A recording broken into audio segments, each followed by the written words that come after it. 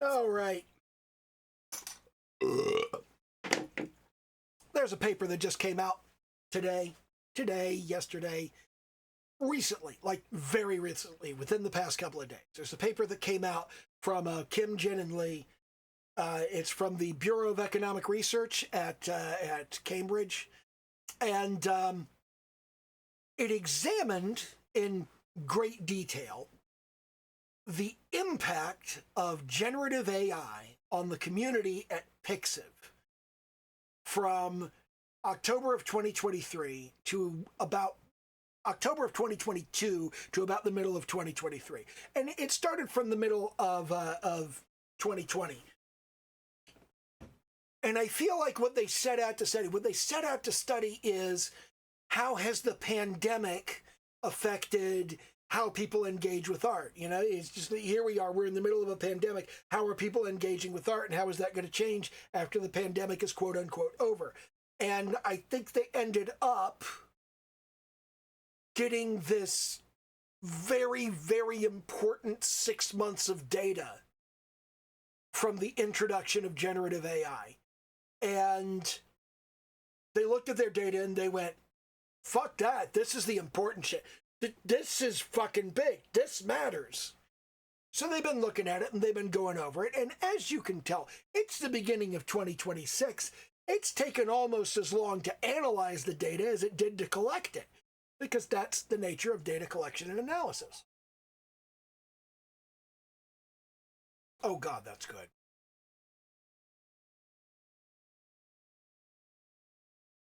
It's been sitting a little long, so it's foamy. Oh, man. Oh. I need this beer today.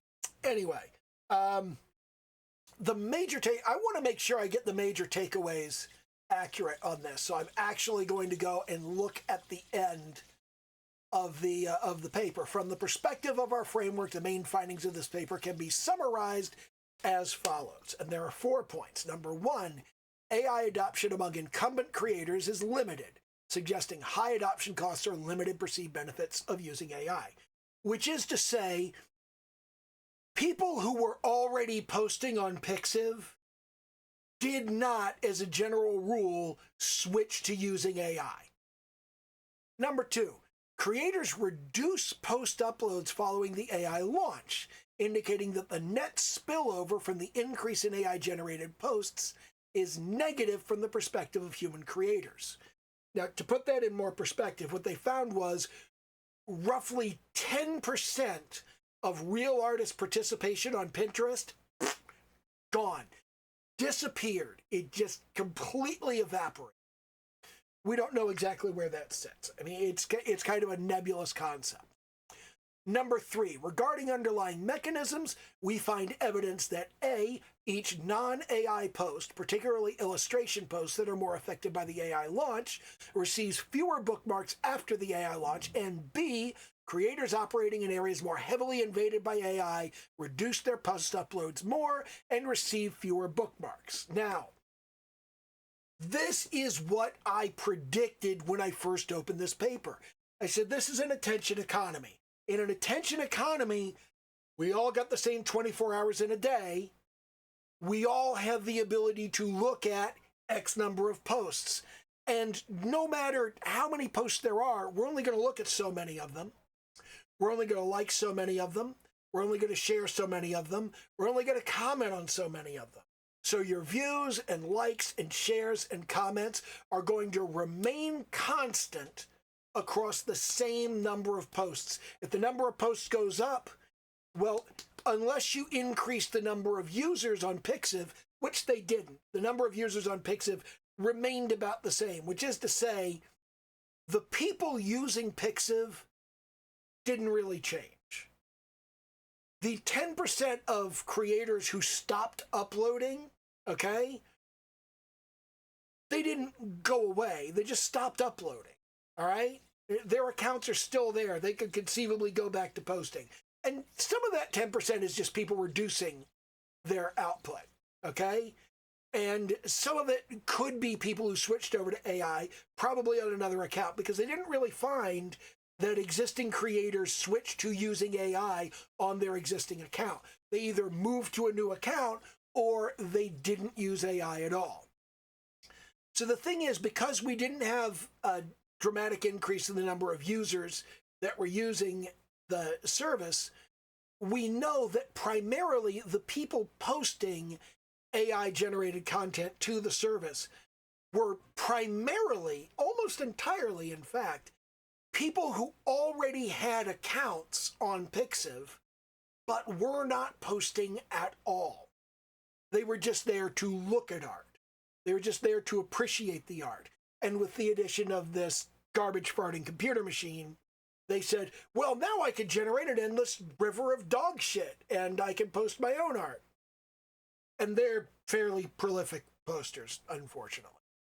But because the amount of attention to spread among the posts is the same and the number of posts has gone up, the amount of attention per post has gone down, okay? Which you could have predicted.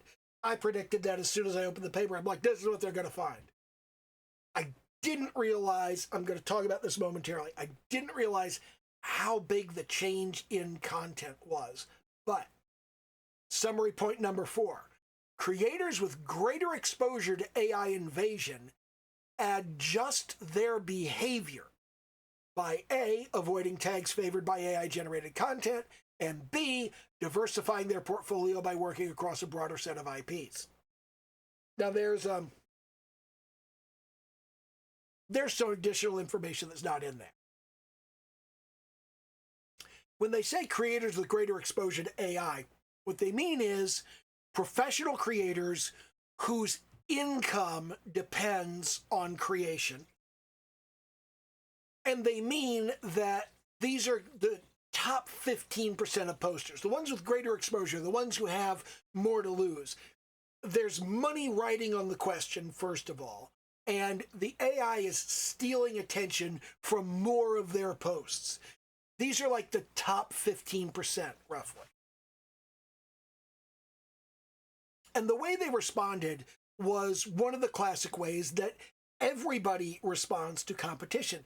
They responded to the machine exactly the same way they would respond to a wave of new competitors. And they responded by using what's commonly referred to as the deep blue sea methodology. The idea is there are two extremes of markets, and the first one is red waters. Red waters is the feeding frenzy, okay? There's chum in the water, there's blood, and the sharks are going fucking nuts. They're tearing it to pieces, they're tearing each other to pieces. Everybody's fighting, and every last little bit, you got to put everything you got into grabbing it. But then there's the deep blue sea. Nobody's out there. Nobody's competing in that space. If you're in red waters, you're going to have to fight for every last little thing, and you're going to get scraps. You're going to get tiny little morsels. But you head out to deep blue sea, there's no competition. You can be the important competitor. Everybody wants to be the big fish in the small pond, but the small pond is red water. Everybody's fighting for scraps. There may be one big fish that gets more scraps, but still fucking scraps. Deep blue sea. Go out into the deep blue sea, and there's plenty of space for you to operate. There's plenty of food for you to pick up. It's relaxed and groovy and easy, and you can go out there, and it's a very simple process. This is exactly what the creators did. And one of the things that they looked at was people that are posting in the Pokemon tag. They said people that are posting in the Pokemon tag, well, the garbage farting computer machine fucking loves Pokemon. So all of these people are coming in and go, I'm going to post Pokemon all over the place. The real human creators posted less Pokemon, and they shifted their attention and started posting more Naruto.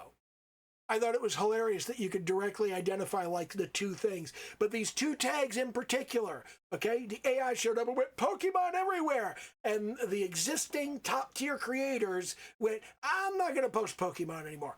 I'm just going to post Naruto. And I think that's a fascinating way to respond to it. They moved from the red waters of Pokemon to the deep blue sea of Naruto. And I think that's perfect. I think that's excellent. I fucking love that response. Anyway,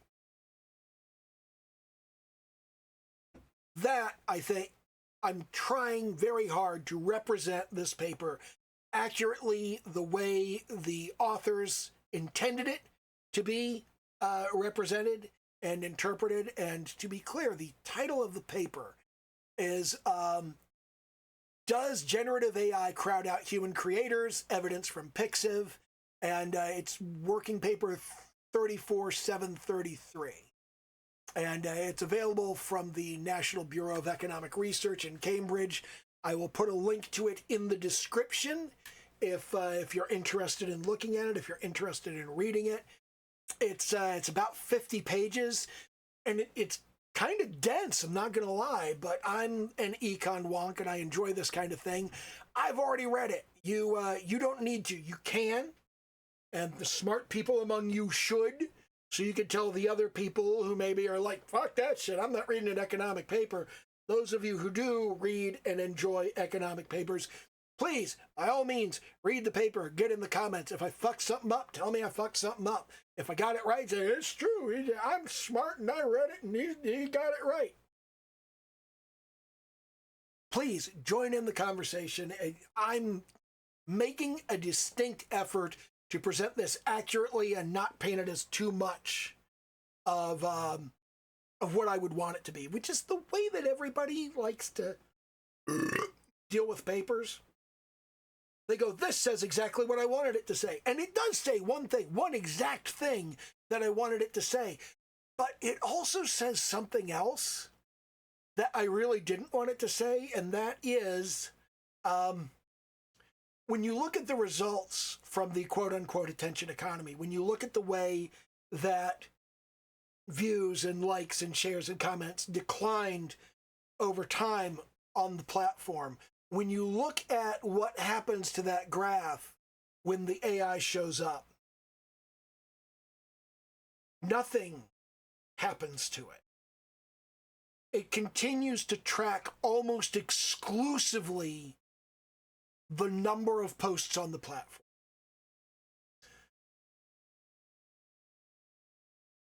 Nobody fucking cares. I mean, I operate in circles. All of my friends, we fucking hate this machine. We think it's absolute dog shit. Fuck this thing, burn it. And a lot of them think the technology should not even exist. I'm not there. I used to work on this technology 30 years ago. It's good technology. It has good applications. But the applications we're using it for are horse shit. We shouldn't be using it for this. This is not... Nobody wanted the machine to make the music and the art and the movies and the videos and write the books and the poetry. Nobody wanted the machine to do the art so we could spend more time at the office. That is the opposite of what we wanted. What the fuck is wrong with you people? And the fact is, moving in those circles where everybody hates the machine, nobody wants the machine. I'm actually one of the people who hates the machine less and goes, guys, come on. We could do something good with the machine. The machine could be it could be a wonderful thing if we use it properly, which we are not. We're doing the opposite of that.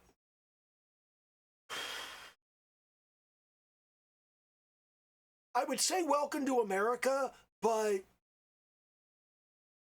we're doing it in China too. We're doing it in China. We're doing it in Korea. We're doing it in Japan. I mean, Pixiv is a Japanese site. The work has been done by Korean and Chinese researchers. It's not just America. This is a worldwide issue. This is a worldwide problem. Okay, and I do have a problem with it. I do have a problem with the way that it's being used, the way that it's being dealt with.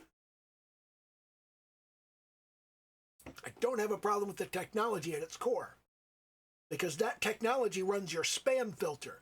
Do you want to give up your spam filter? I sure the fuck don't want to give up my spam filter. It's related to how your ad blocker works. There's a whole lot of stuff. People do not understand how much generative AI is necessary to moderate modern social media. The number of posts that get made every day and the number of reviews that have to be made, it's impossible to do without automated assistance. We're going too automated, and the automation isn't very good. And we're lying about it and saying, no, a human being reviewed this. Yes, a human being reviewed your 45-minute video in 20 minutes and knows exactly which 10 seconds you have to cut out. No, that's not it. That's not true. That's not it. Yeah, well, another human being just reviewed it in the last 5 minutes. And that's definitely the problem that we said it was in the first place. No, you didn't do that. That didn't happen. You didn't do that. It was a machine. A fucking machine did that. There's no human being involved. If there is a human being involved, they're high and just pressing no.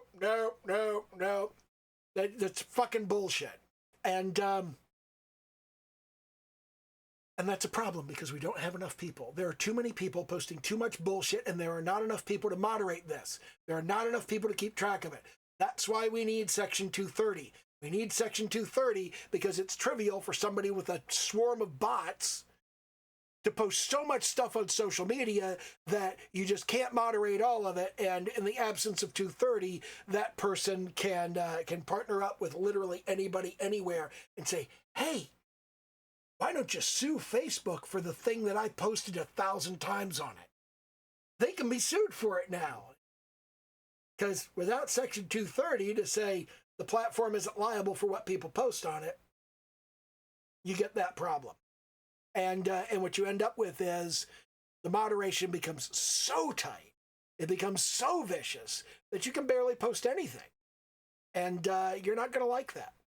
Also, a lot of people get banned real quick. The funny part is, it's never the people you want. It's never the people you want to get banned. It's never the people that are trading and selling child porn online. Those people, they get away with it time after time after time. See the Epstein files. I'm distracting myself from the new Epstein file drop with this fucking economic paper. And I'm not doing a very good job. Let's get back to Pixiv and their river of AI horseshit. Okay, so nobody in the general public actually gives a shit whether it's AI or not. There's this old thing that people say, I don't know art, but I know what I like. And in the attention economy, that is all that matters. They know what they like. And they go, yeah, I like that. And they'll click like, they'll click share, they'll leave a comment. They'll go, wow, this is so great. I love this, man. I wish you'd post more shit like this. You don't say, here's 1,000 more. They did find that people who post AI content post more of it. They post a lot more of it. But they also found that where people did switch from posting their own content to posting AI content, it was the low skill, low engagement segment of the creator population. Okay, it was people who are not very good. People who are not very good would go, ooh, I have this thing that it'll do a better job than me. And where they did switch over, and we don't know what the number is that switched over. We really don't. There are some people, it's not a statistically significant number, but there are people who switched from posting all human created art to posting all human created art and a little AI art. And there are people who switched all the way from human created to AI created. But it's not a lot of people. It's not a whole lot of people. It seems very, very stable. There's a dark line. There's a very bold, dark line between people who want to post shit made by a machine and people who want to post stuff they made themselves. And one of the things I've started to see lately is I've started to see more and more people admit that they were using the machine. And then they said, you know what? The machine isn't giving me what I want. And the only way to get what I want is for me to make it myself. And they're going off and trying to do the stuff themselves. I would have been one of those if I had started getting serious about my art a little later. If Stable Diffusion had been available in 2020, I would have been one of these AI art bros going, oh, I can make art with this. And I predict I still would have ended up the same place that I did with Stable Diffusion, which is within about 2 months of using, I spent about 2 months kind of using it heavily and going, I can make this work. I can make this work. And then I went, no, I can't. I can't make this work. This is bullshit. I can't make it work at all. So I stopped even trying. Now, the interesting thing is that I shared basically nothing from that period where I was experimenting with Stable Diffusion, because it never made anything I thought was good. Ever. It made things I thought, it's getting close. I think if I prompt it a little better, I think if I learn a little bit more, I think if I understand the specifics of the model, if I update it a little more here, if I modify it here, if I switch this parameter, maybe if I do this, maybe if I do that. It was all, the best results I got were, if only I were better at using this machine, I would get better results out of it. And then that would be worth showing people. And I think a lot of people are in that place. I think a lot of people in the AI tech bro space are in that place where they think, if I just got a little better, the results would be good enough. If I just a little better, the results would be good enough. And they're discovering the exact same thing that I've said over and over again. Knowing that what you got was wrong is almost as hard as knowing how to do it right. And it's really one of those things where once you really understand this machine is not going to deliver what I want, you're almost at a point where you could do what you want. You're within spitting distance of it. You can work on it. You can work on getting there. Like, I can't render anywhere near as well as the garbage farting computer machine can. But I don't need to. I really don't. I'm fine doing something that's not that well rendered, as long as it is the exact thing that I want it to be. It doesn't have to look photographic. It doesn't have to look perfectly lit, perfectly rendered. I can deal with something that's a little cartoony, a little stylized, that's cel-shaded instead of soft-shaded. And when it's soft-shaded, it doesn't look even remotely realistic. I'm fine with that if it's what I want it to be. I won't go the other direction. I won't go, this isn't what I want, but it's done so well. It's such a good job of being not what I want that I'll accept it. No, if it's not what I want, fuck it. I'm not that guy. I'm not going to accept that. I think a lot of these fucking AI tech bro motherfuckers, they're like, give me this, and they get something else, and they go, well, that looks really good. That actually, I would have asked for this if I'd have known I could get it. Dude, that's so much fucking cope. You're just making up in your head that the machine gave you what you wanted. This is your lack of confrontation. You're overly agreeable. Okay, I'm not that agreeable, but let's see. There's something else I wanted to say. overall posting on Pixiv went up over 20%, about 22%. But human-created posting went down by about 10%. Which means that right now on Pixiv, if that holds a couple of years later, right now on Pixiv, you can probably rely on 1 out of every 3 posts being AI dog shit. That's fucking bad. But because you can filter it out, because you can say, don't show me the AI dog shit, you can turn it off and you can only see human creators. It's just that, you know, you're still on a platform that allows that shit. I've gotten less and less tolerant of platforms accepting shit I don't like. I am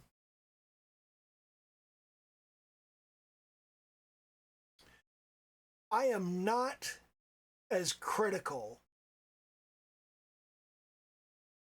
of a network forbidding things I do like as I am of a network allowing things I don't like. Twitter and X and Facebook and Instagram and Threads and Substack. The way they have leapt into bed with Nazis and pedophiles and just all manner of garbage that I want nothing to do with, not to mention the AI, because they've jumped in and said, no, that's fine, you could do all of this shit.